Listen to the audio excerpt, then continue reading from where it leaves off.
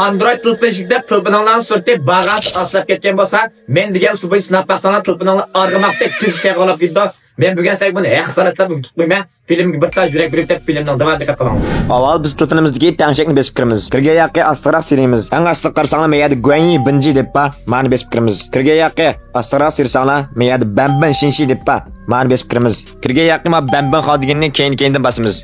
Besib kirga yaqi tilpinning ekran maxfiy numarasini selanglaydi maya salamiz. Asqa yaq ma tilpin hozir kayfaji mo'sha echildi, keyin qaytib, keyin qaytqa yaqi maya qarsanglar chita shiji deb pa, ma'ni besib kiramiz. Kirga yaqi eng asli sersanglar meyadi kayfaji shunshang ma ixtar qitildi hozir, ma'ni besib kiramiz. Kirga yaqi eng asli serimiz. Astaraq sersanglar meyadi Chuanko Donghua Sofang, Godu Donghua Sofang, Donghua Changshu Shichang Sofang deb pa, hammasi 1x degan ma'ning hammani besib kirib, kirga yaqi buning hammani 0.5x to'g'rilayotimiz. Hammani 0.5x to'g'rilayotimiz buni. To'g'ri vetga yaqi tilpinimiz buni intayin ishlab giddo. Mushta ishlimga Android tilpining hammasini mushta qilib tanishib olsang bo'ldi. Kunni mushta yaxshi mazmun chiqarib turadigan ko'pchilik meni qatmagali chuqum qaytib olinglar.